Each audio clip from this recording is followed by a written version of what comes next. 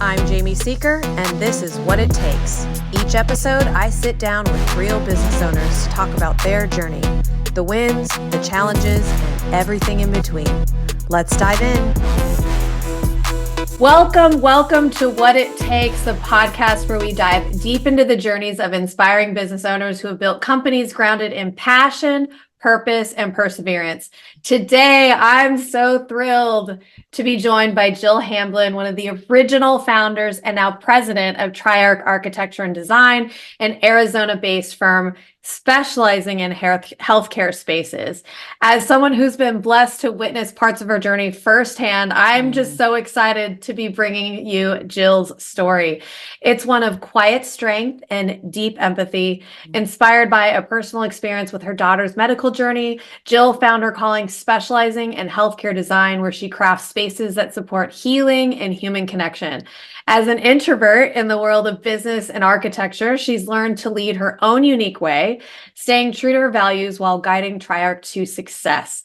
We are going to explore her journey into entrepreneurship, how she balances her nature with the demands of business ownership, and the values that drive her every decision. So let's dive in with Jill Hamblen, a leader who shows us what it takes to combine heart, design, and quiet leadership in a field that's all about supporting life's most meaningful moments. Welcome, Jill. Thanks, Jamie. So good to be here.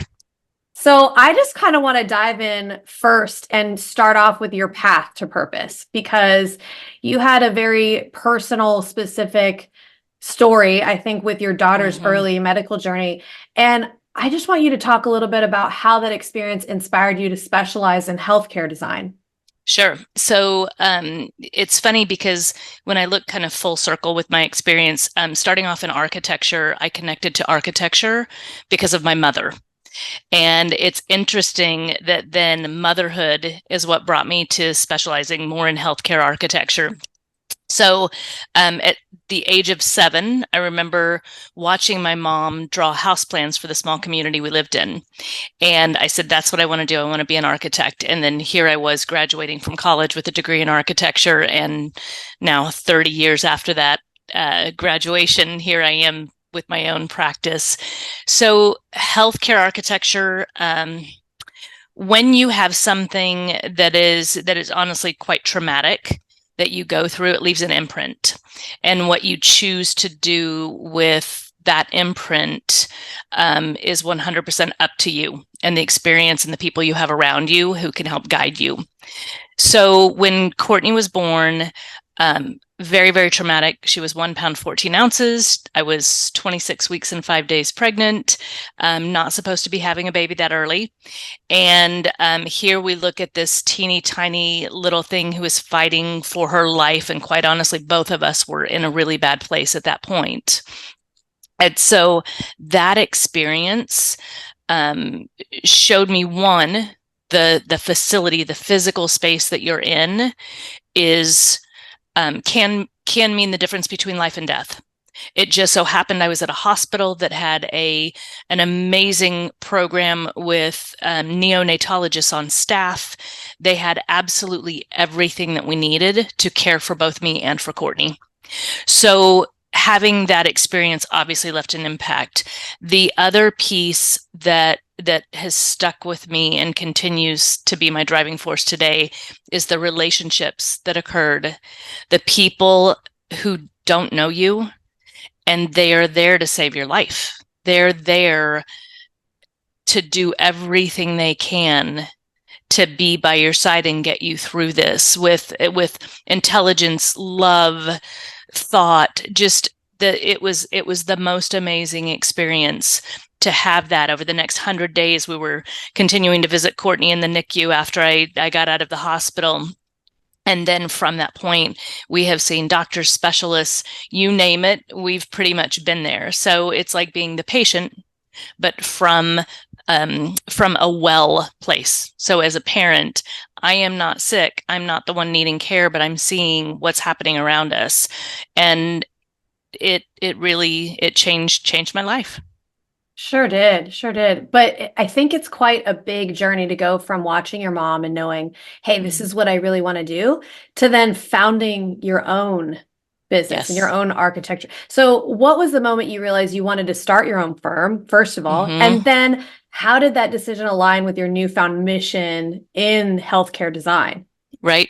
So I was incredibly naive. I would say my two business partners that I started off the business with, we all had no idea what we were jumping off into, which is part of the beauty of it, right? Sometimes when you don't know, you just trust that it's going to be fine and whatever is supposed to happen will happen. That's really what we did. We had some people that were like, absolutely, I'll bring you business. You're going to be fine. This is going to be great. We never saw them again. Yet other people appeared out of nowhere and said, oh my gosh, we love what you're doing. Yes, we'll support you. And many of those clients we still have today, which is pretty amazing, very special.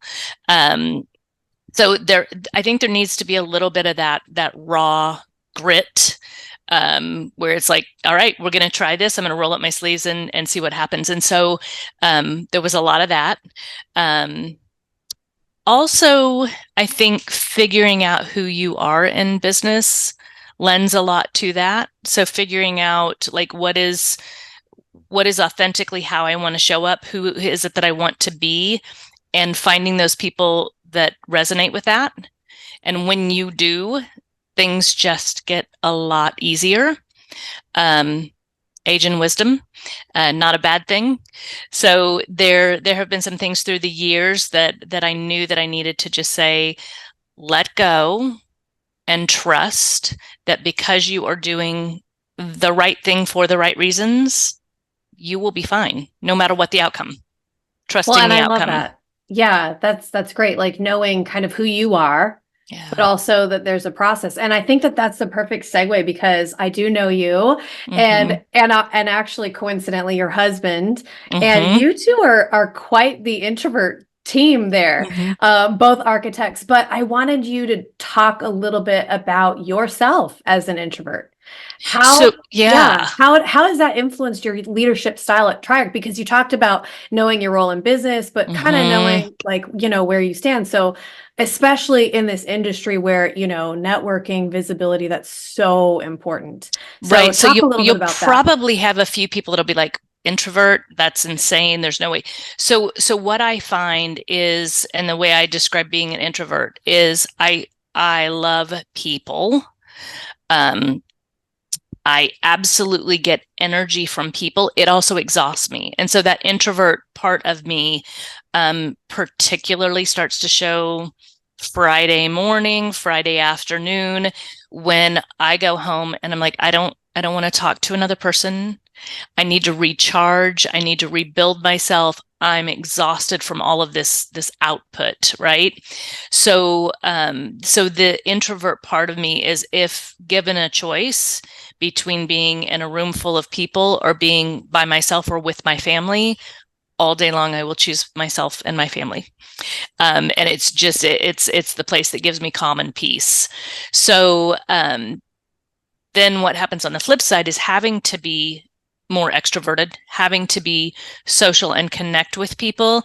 I choose I choose that in a very particular way. Um, is what are the most meaningful connections that I can make? And sometimes you have no idea. You walk into a room of 500 people, and how do you know that? You seek out people as you're speaking with them who you connect with, and find those really amazing connections. And then the other beauty of being older in my career is you also know those people that it's like, I know. Yep, you've got me. I've got you. And so there are times that when you reach out to those relationships that you've already established, that it allows you to be an introvert, but still be able to connect on a really, really personal, warm basis. Yeah, and you describe yourself as an introvert though, I do. but what's been the most challenging aspect of being that Mm. introverted business owner? Um, probably, probably exhaustion.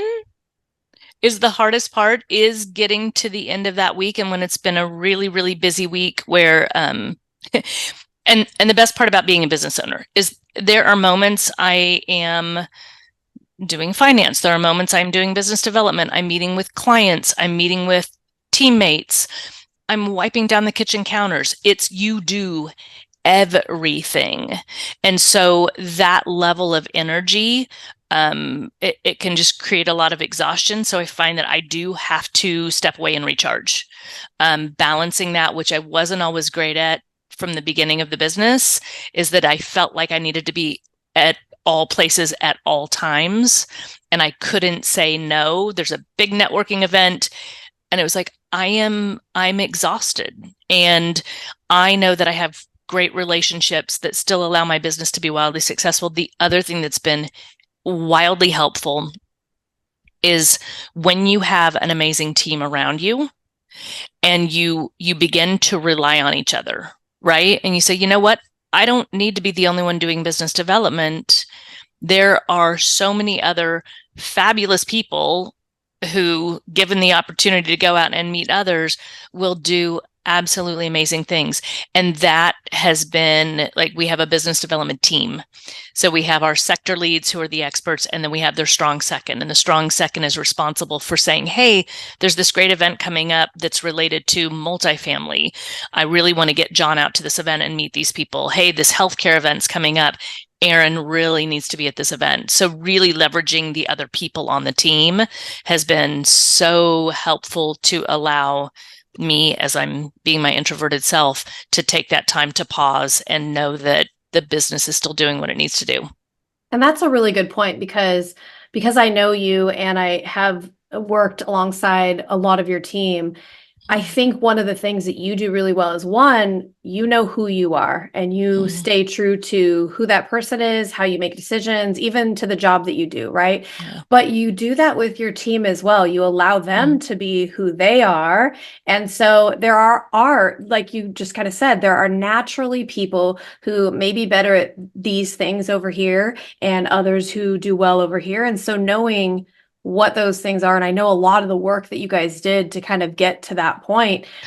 Huge. That's amazing. I love hearing how that's been paying off for you and just kind of helped you to be the best you and best leader and everything. Yes. But you talked also about balance. So I kind of want to circle back to that, because in healthcare design, how do you balance functional requirements? Because, you know, there's very specific things that you need in an office or in a hospital or whatever it is that you're going to.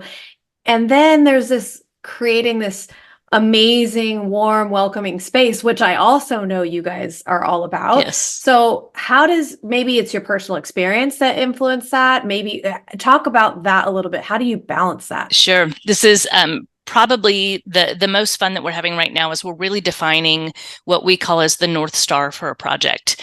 And that North Star it's the client's vision. So when we go into any facility, any healthcare environment, that organization, they have a mission. They have something that they want to accomplish. And typically it's very clear, sometimes maybe not articulated, but they know how they deliver the care that they deliver. And so finding what that is has been critically important to us being really successful in the design. And that balances both the programmatic requirements that are very specific. It's, you know, what is the equipment? How does it operate? You know, what support areas need to be around it. So it's very, very technical in nature. Yet there's also this conceptual piece that every organization has. It's whether or not they've been able to define it or they've asked someone to define it for them. So we go through this process with them where they're explaining to us what it is that they want to create. And with those two things together, once you marry those two, that's really when the magic happens. So that's when you start to see these beautiful spaces that people walk into and they're like, oh, I just get this feeling when I come into this space. And it's, again, sometimes it's not something they can define, but it's a feeling of comfort, or it's a feeling of safety, or state-of-the-art facilities. Those things can be provided in a way that people don't know what they're feeling, but they're feeling it. And so Absolutely. it's just been, that has been so much fun to really define what that process is for us. And so we take our clients through this North Star process. And at first we're like, okay, this is going to feel a little touchy feely. Just go with us on this journey. And we promise you'll see the results of it in the end. And so it's been fun as we've done that. So many of the clients are like, okay, all right, I didn't think I was going to like this, but that was pretty cool. That's awesome. Yeah. Yeah. And I think that comes back to a lot of your values driven decision making as well. Mm-hmm. And you talked about relationships, not just as a patient, but I also, what I know of you is just even the relationship that you and I have. And Yeah. we've worked together and then kind of stepped away and then worked together to get together Mm-hmm. again. And it's just this constant bond there that I feel Yes. very specific with you, different from, and of course, like we connect with all of our clients in different ways. So I kind of want you to talk a little bit about that because I think it was a shared thing that both of us had together, which I think Mm-hmm. makes our bond so strong, whether we're working together every day or talking to each other every few years, it seems like it's like, Right. so Right. I just want to talk about leading with values and Mm. also a time when your personal values guided significant decision there at triARC. And I know that that probably is tied into relational things, and we'll talk about that as well. But I kind of have a feeling that you're going to Yeah. strongly talk through the relational side of those values. Yeah. So I think a lot of us who've gone through business classes or we've read the books and they do talk about values, establish your values and know who you are and know what you're doing. And as you start to develop those things, and I think our first list of values was probably 20 long, which we recognized was probably a little too much, all things to all people. But little by little, we would continue to define what is it that makes triARC special? What is it that I feel in my heart influences what I do?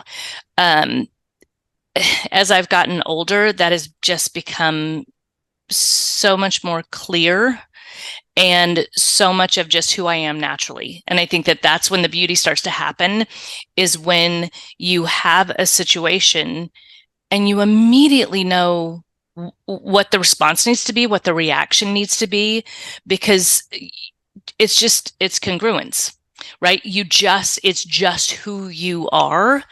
And so your reaction just comes out that way. I'm very people centric. I mean, which is I think the reason why we worked so well together, is that we were both coming from that same place, that it really is, it's all about people and finding the thing that creates magic for this person to be